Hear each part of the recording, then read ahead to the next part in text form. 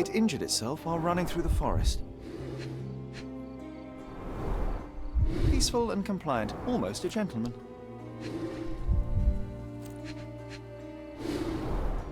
The left tusk is larger and more worn.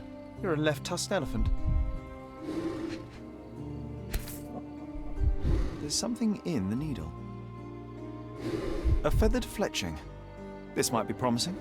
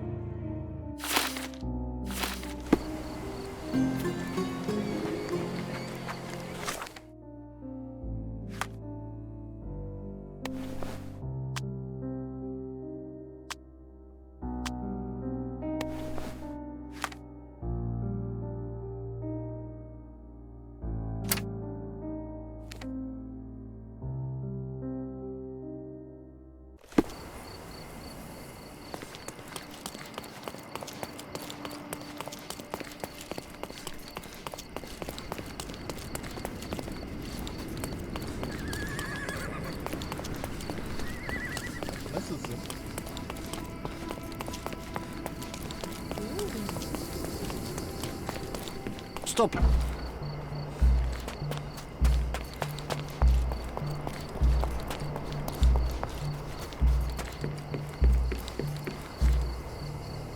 You are guilty, Mr. Swift. Killing Theodore Gilden was a testing challenge. You succeeded. What makes you think I'm somehow involved in Gilden's death? My partner's death, I might remind you. Your dart uses strychnine to kill rodents at the site, is that correct? Well, yes, that is its purpose. The same dart with strychnine was found on Goliath. The very same substance is a powerful stimulant. It causes convulsions, a flow of energy. You shot Goliath. The elephant became extremely energetic, agitated, and so terrified that it killed its owner. For a man of your age, it was easier to hit a larger grey target than a small man. You said it yourself. Goliath killed Theodore, and your strychnine speculations are absurd. Only athletes use it as a stimulant, not elephants. True, but one dart of strychnine would not be enough to kill the elephant, and you knew it. You were there when Theodore Gilden died. Nonsense. I visited him many times, but I wasn't there when the elephant killed him. Then I must have made a mistake, because the murderer met Goliath's rage personally. The perpetrator was hit by the gate and thrown into the shed. Your bruise matches the contour of the broken hole. One further detail is that the murderer had a bosun's knife, fairly useful in a place where one might cut ropes and fabric, such as, I don't know, the dig site? That's your interpretation of the facts, Mr. Holmes. You've simply aligned them to suit your hypothesis. It's not a hypothesis once proven, it's theory, Mr. Swift. Let me tell you a story. A man spends almost 5 years of his life locating an artifact. He puts every ounce of energy and money into his research. The same man even goes so far as to sign a contract with a ruthless man, a businessman. It was a risk, but the reward would be worth it. Years go by and there's still no result, so the businessman decides to end the man's research. He spits on the research, he promises to bury the site under an eccentric project. All of this is just his whim. Theodore Gilden could do anything he wanted with this place, and you were anxious about the fate of your research. You wished to protect it. You tried to tame Gilden's eccentricity. but you killed him instead. Theodore wasn't trying to sabotage my career. We had a disagreement, but it wasn't as dire as you describe it. He wasn't a pleasure to talk to, but killing him? Nonsense.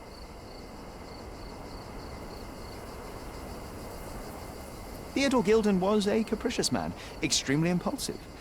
But the cold-blooded nature of your plan makes you even more dangerous. You feel nothing. You show no remorse. It was simply a calculated move. And that is why you are under arrest. Nothing. You have nothing on me.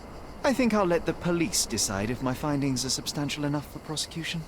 This is all a dreadful mistake. This can't be happening. The elephant killed Theodore.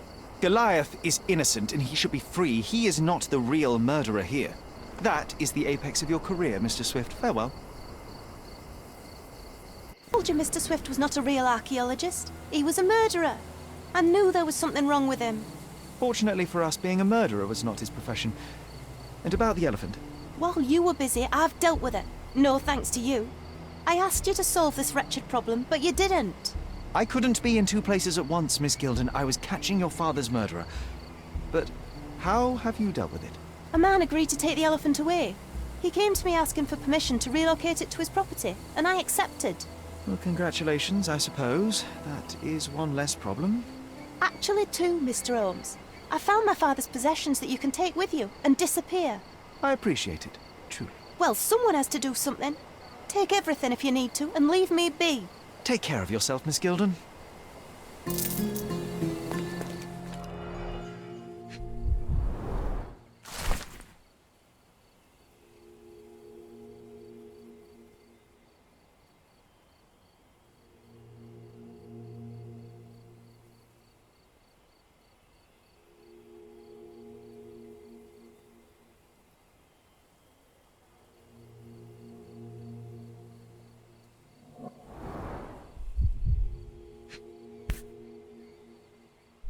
My mother always wore this around her neck until one day it disappeared.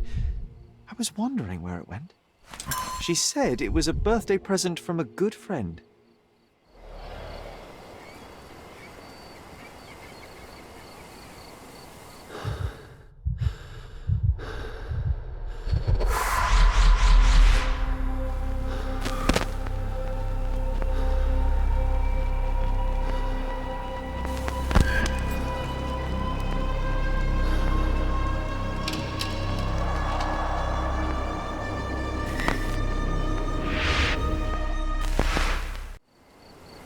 I just had another glimpse of a memory, John.